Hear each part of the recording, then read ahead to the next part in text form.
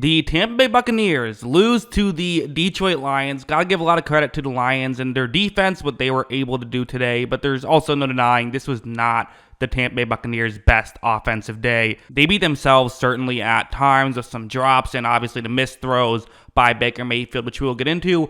I don't know if Tampa Bay wins this game with good quarterback play. I think it's possible, but they certainly did not get good quarterback play in this game. Let's talk about, there were some positives, but mostly negatives here from Baker Mayfield's performance. Let's start off with this play. This was a not great play, so it's going to be a third down situation here, and it's man coverage. So you have one-on-one matchups across the board, and this seems like on paper a bit of a questionable matchup. Like, why aren't you going towards Mike Evans here? That is, I think, what a lot of people would expect you to do. But it's worth mentioning, there is a safety that's kind of shaded over in that direction. So while it is kind of one-on-one matchups, it's not exactly one-on-one matchups across the board, so I can understand it. Instead, it's Devin Tompkins. That's where Mayfield is going to look here. And right off the bat, this one of those plays that, like, when you watch it live, it looks horrible. But when you see it here, it actually kind of makes sense why Mayfield looked in this direction. You see how the defensive back on this play has his hips completely turned towards the top of the screen. So for Mayfield, he's thinking, okay, perfect. Here's a window to potentially, make this play. The issue is the receiver kind of tries to go through the defensive back instead of around, and which is, again, kind of, I understand, like, what are you going to do? Completely run around? But it just, the positioning wasn't great there, and because of that, it nearly ends up as an interception. It's still a play that you have to be more careful of. If you're Mayfield, at the end of the day, you do kind of have to understand the angle. Not a throw you should make, especially in this situation when you're in the red zone, but, maybe more forgivable than it looked like live, I would say.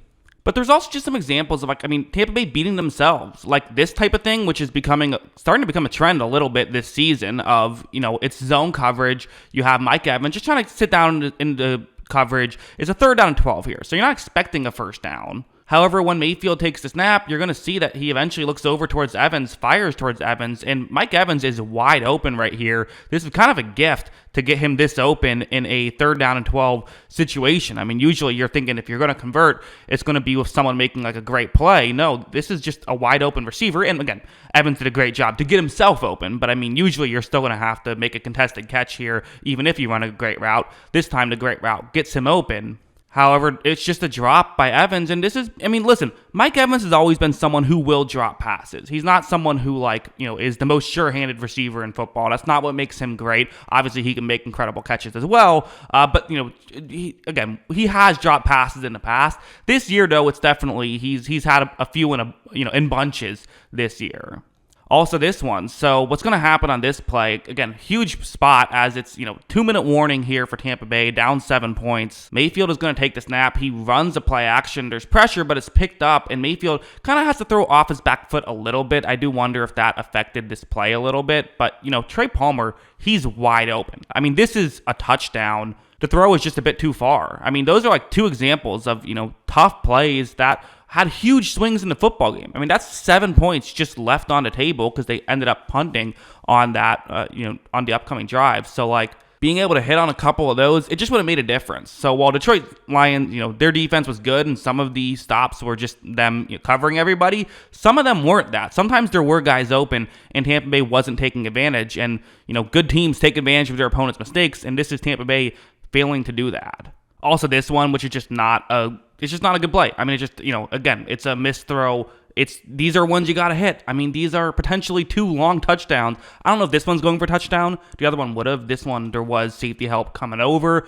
Still would have been a big play, though, and still would have gotten you in field goal range instead of a 4th and 2, which, again, probably should go for at this point, but that's just not how Todd Bowles operates. So just, a tough situation. Now, again, there were some sort of classic Baker Mayfield 3rd down type plays. This was one of them where the Lions, heavy blitz here. They're going all out pressure. They actually are going to have a player drop back in the coverage. But still, it's a heavy pressure situation here for Tampa Bay, and watch what happens. Mayfield's going to take the snap. It's really picked up nicely by the Buccaneers offensive line. They do a great job of being able to pick all of that up and not give up pressure. A halfback was into play. He was able to, help out there, but still, 6 guys on 6 guys, they're able to pull it off. And now Mayfield has a player who's wide open. Well, okay, wide open is a bit of a stretch. I mean, Adrachi is a player wide open that Mayfield just isn't looking in that direction, instead looking towards his right. So it's not wide open because there is a sideline there, but you have a window to make this throw. And as you see, Mayfield perfectly timed, perfectly accurate. You're able to hit that throw. These are the kind of things we've seen from Mayfield. But again, there's just a bit of a lack of consistency in some of the negatives that were happening that were kind of limiting this Tampa Bay offense. Also, this was a thing. This was happening. Kind of, I got to give credit to the Lions defense, right, for what they're doing to stop this Buccaneers offense. Lions defense been very good this year and showed up in this game as well. And here's a big part of what they were trying to do, I thought, a lot of times was, run blitzes in a way to get the ball away from Tampa Bay's scary receivers, right? Get the ball away from Mike Evans, get the ball away from Chris Godwin. A play like this, so it's going to be Kirby Joseph, who I've circled. He's going to be blitzing on this play. And what that means is that, kind of the old expression is, when someone blitzes, you throw to where the blitz was, right? Because it just makes sense. If someone's blitzing, that's one person getting taken away in coverage. But this time, the guy who you would throw to would be Keyshawn Vaughn, the, sort of career backup halfback for the Tampa Bay Buccaneers, which is not exactly someone that you're fearing on a 3rd down and 7. If you're Detroit, this is part of why they're doing it. Not just to get the extra pressure, but to hopefully get the ball into a player's hands that you're not as afraid of. On top of this, when Joseph comes in, this is another trend we saw was, reaches his hand up, he's able to knock that football away. I paused it here for a reason, but that was a trend. That was something that we for sure saw. I'm not sure exactly what it was or why this happened, but, I will just throw it out there. There is going to be, some people that say maybe it's a height thing with Baker Mayfield. He obviously is not the tallest of the quarterbacks, and perhaps that was a factor. I don't know how true that is. I really don't. But, it is a thing people bring up, is the height of a quarterback in these situations. But also, if you look at the Detroit player I've circled now on the screen, he's getting over to try and make a play. So even if this ball was complete, I don't think they get a first down here, and knowing Todd Bowles, I don't think he goes for it here unless maybe it's like a 4th down and 1. I think if it's like 4th down and 4, I think he's still punting the football away. So either way, it's smart football by Detroit to get this situation to happen.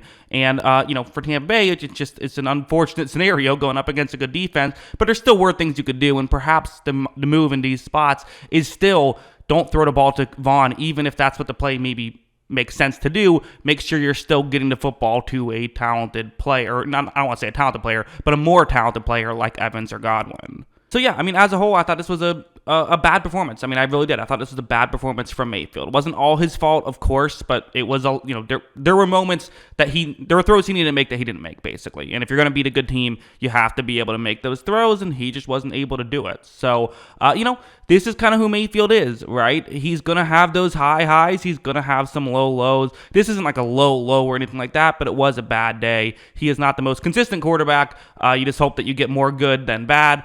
So far this season, we certainly have gotten more good than bad with Mayfield, but this time it was more bad than good, which resulted in the loss to Tampa Bay and kind of the poor offensive performance. So yeah, that's what I thought. What do you think? Let me know in the comments below.